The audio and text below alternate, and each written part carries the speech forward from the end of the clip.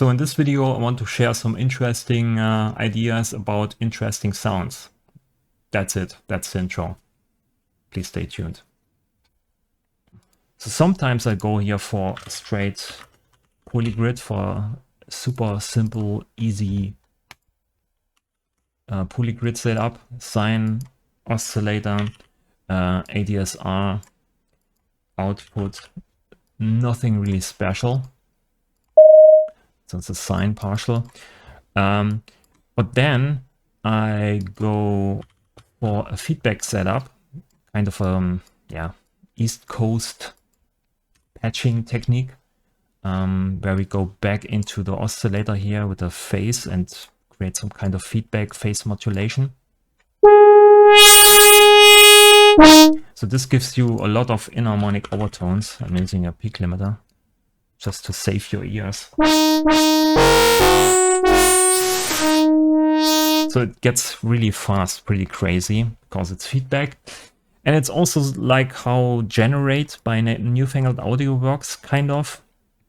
I think what they do is they use a second sine oscillator here, and you go feedback back into the second one, and the first one goes into the first one, and here you have a static frequency, probably.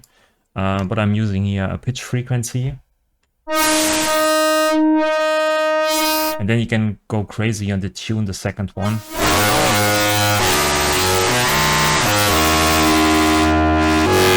Right, you get these crazy overtones, and it's super inharmonic, which is nice.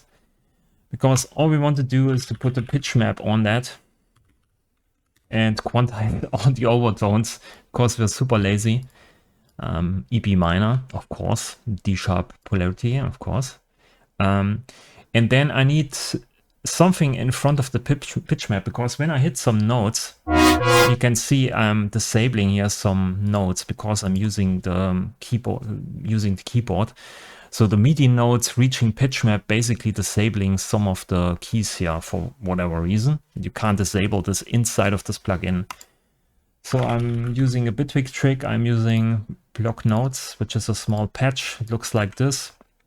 It basically blocks all the notes from going through the plugin or going through the device. So if you select your block notes, you can see on the left side, routing is note through is disabled. So no notes are going through this device.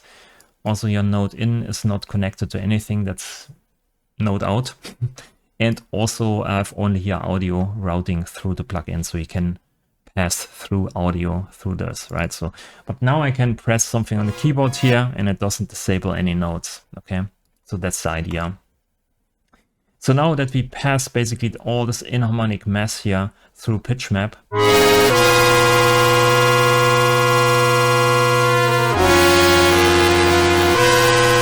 this is actually, we can basically do everything here we want to these oscillators to tune everything.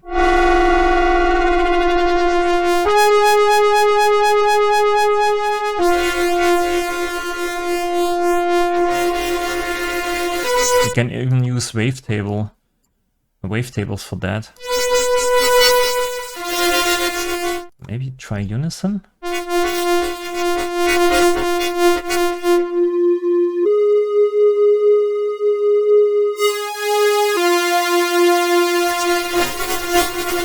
So it gives you a lot of inharmonic mess, but this pitch map still tries to keep track of all that and make it harmonic. And then you can go into maybe a nice reverb here, Valhalla Supermassive, for instance.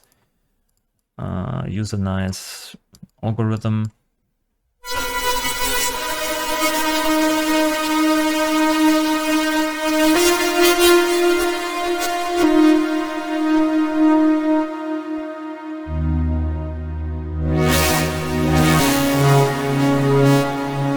And then you find or try to find the breaking points where it breaks down from harmonic to inharmonic and then to noise. It goes pretty fast. It's just a small little range you can use.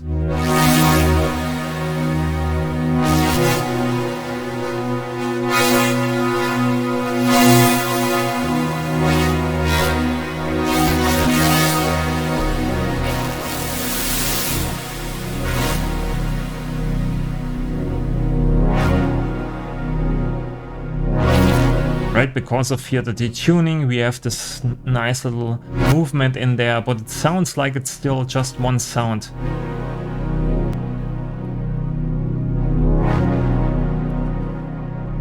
So maybe a bit of tape compression here on there.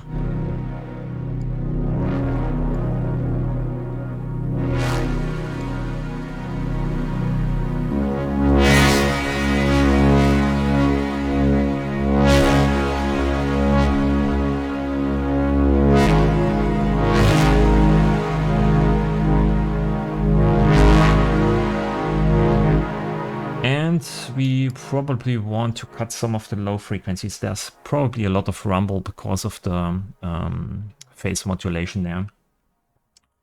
So let's use a high pass here in there.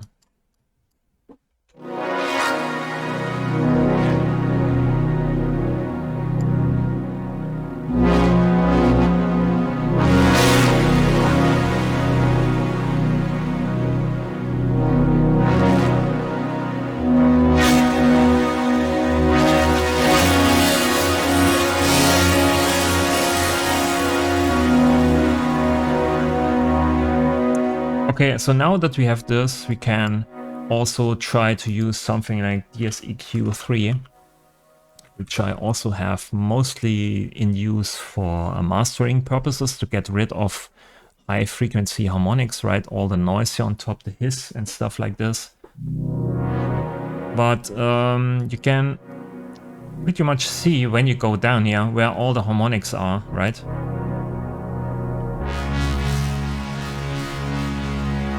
So this is everything that's getting removed by this plugin. So all the important harmonics. And then you can basically invert the signal and say, I only want to have the delta signal. And it basically removes everything else and only leaves you with the harmonics you just try to remove.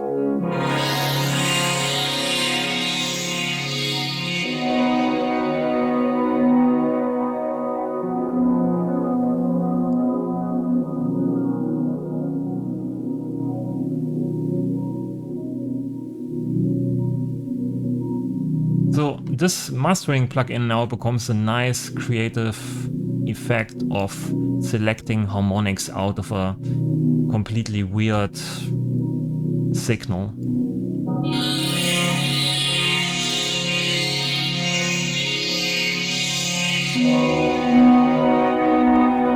You can also play around with selectivity here, which basically just selects frequencies more broadly, and then you have high selectivity, right? And it's pretty sharp and it selects all these small little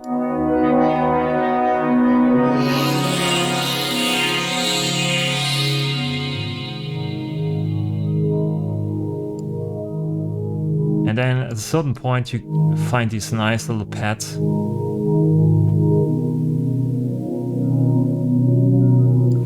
And then you put let's say at the end here, a quick sampler on there and sample everything. Maybe you sample your C4.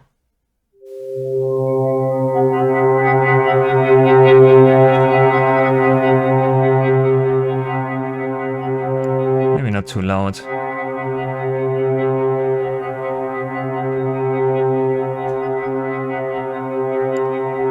Or maybe let's try an octave higher.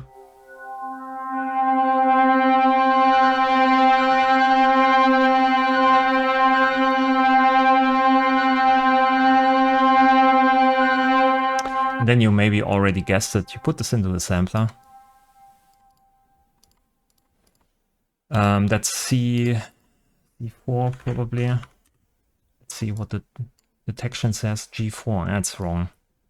It's C. C4.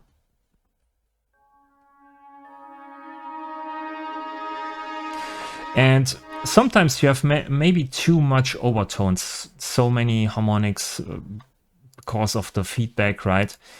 And pitch quantizer doesn't actually care for the harmonic series. It basically quantizes it to a scale, which is not the harmonic series as overtones, right? So you have basically scale. So you have basically a chord in here, and you pitch up and down this chord, which is maybe not that pleasant in a when you use multiple keys.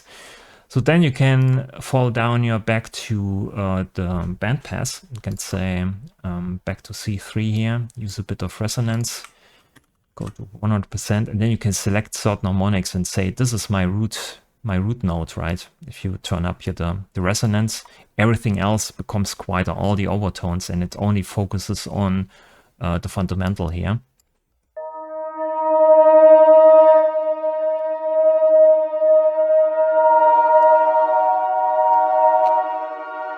Right, and if you go down to the resonance, you bring back in the overtones.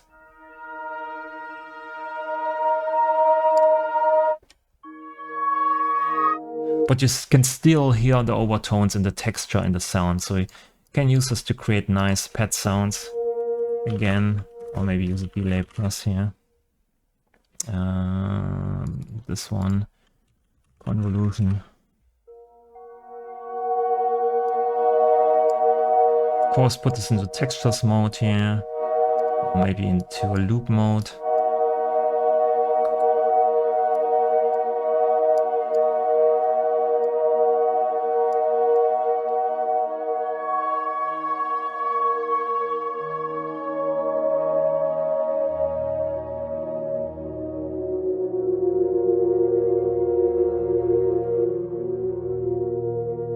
Yeah, you can create nice pad sounds with this, or like I said, lead sounds, all that stuff. And it all depends on how aggressive you basically design your sound here in the first patch. So this is pretty smooth.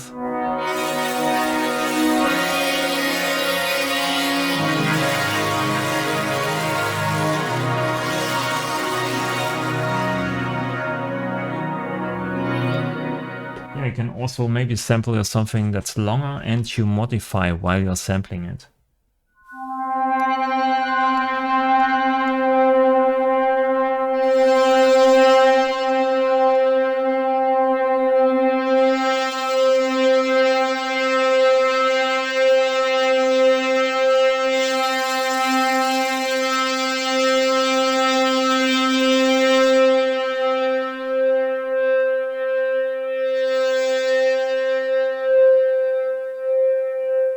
Right, something like this. Nice feedback. Love it. Put this in there. Right, and you have a much longer sound here. Let's probably C5. And I always want to pitch down. I always sample on higher octaves and then I pitch it down because it brings out all the dirt.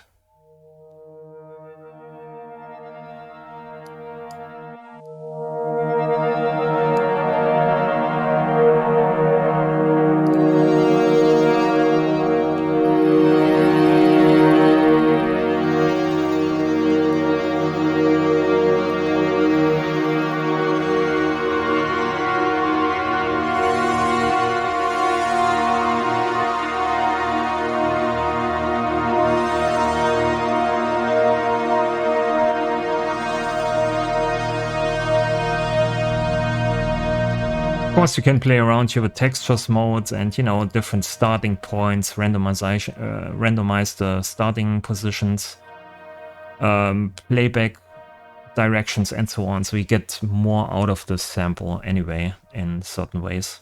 But this is how I sometimes generate pads on the fly if I don't want to mess with, you know, synthesizers using the same oscillators, using the same samples all the time. So just using Pitchmap for that. And maybe also your DSEQ to filter out certain harmonics.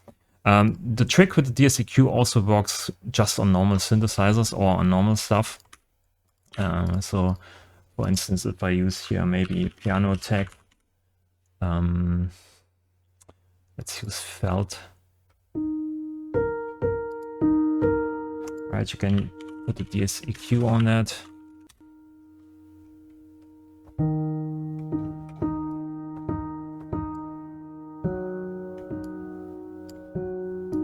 So you don't want to have here the root frequency.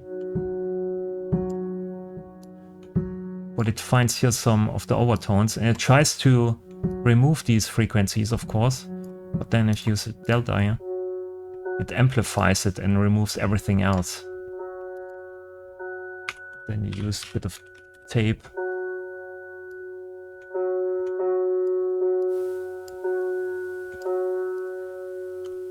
Maybe a supermassive on there.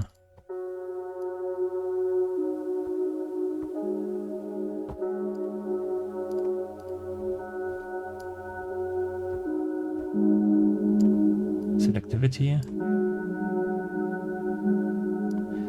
Or maybe is there a different low cut? Something like this?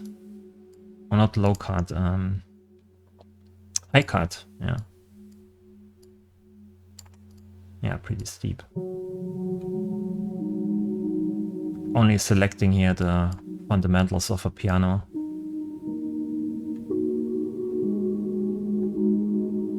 Then you can create sounds this way, maybe sample it for the sampler, or use something like pause stretch and just stretch it out.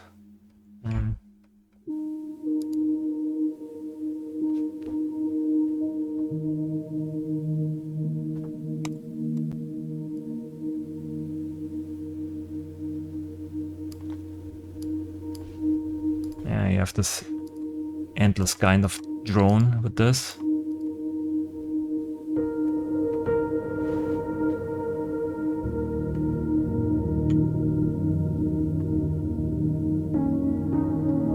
Okay, if you don't own Pitchmap, you can also use, for instance, here the vocoder. So instead of using Pitchmap, I'm just using vocoder. Right, that's the input sound. Use vocoder. As a carrier here, I'm using basically some sine partials exactly on the scale. D sharp 1, right, F sharp, G sharp, so it's the D sharp minor scale. And then I'm using here a voice stacking 5, and then I'm modulating here all the pitches, so I have multiple octaves of these sine partials, right? So just this one here just outputs notes or sine partials exactly in the scale of D sharp minor over multiple octaves. And this is basically my carrier here, and then I'm sending all that mass through the vocoder. And then you can, or you have to play around a bit here with the starting and ending points of the vocoder, because you can see it basically squeezes everything in between here, and it doesn't select basically the exact frequencies of the carrier here. So you probably have to start exactly on a note D sharp 1 and end one on a perfect note like D sharp 6 or something like that, right? So you have the right amount of notes in between.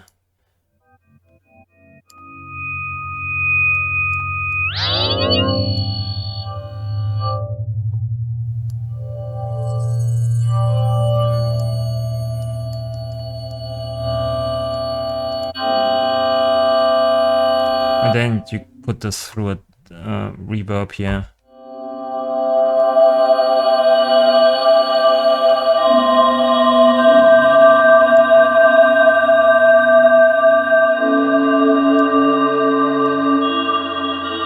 So you get also interesting overtones with that. If you don't want to use a vocoder, you can then, of course, go back to a resonator.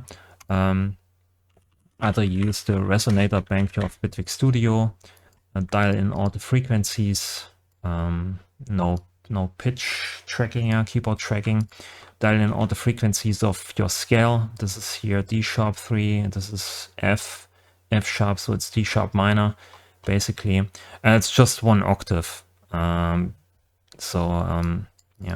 let's start with this here.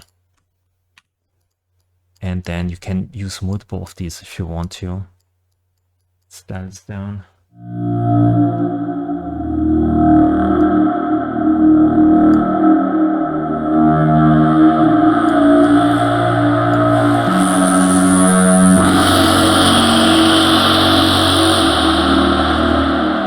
you can say this is here my first octave, then you put this into a FX layer, use the second one, and here you go maybe 1 octave higher. So you have to write the first octave here, then the second one, and then you can say third one, 24, and so on.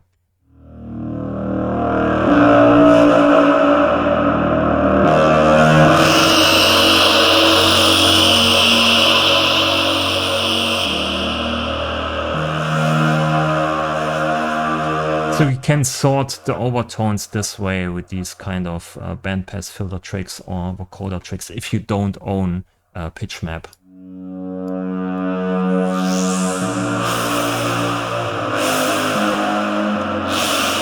But of course, Pitchmap is more precise. It's also based on FFT, and it's exactly made for this kind of reason to quantize overtones. Okay, so that's it for this video. Thanks for watching. Leave a like if you liked the video. Subscribe to the channel. Leave a comment if you have some questions. Thanks for watching, and see you in the next video. Bye.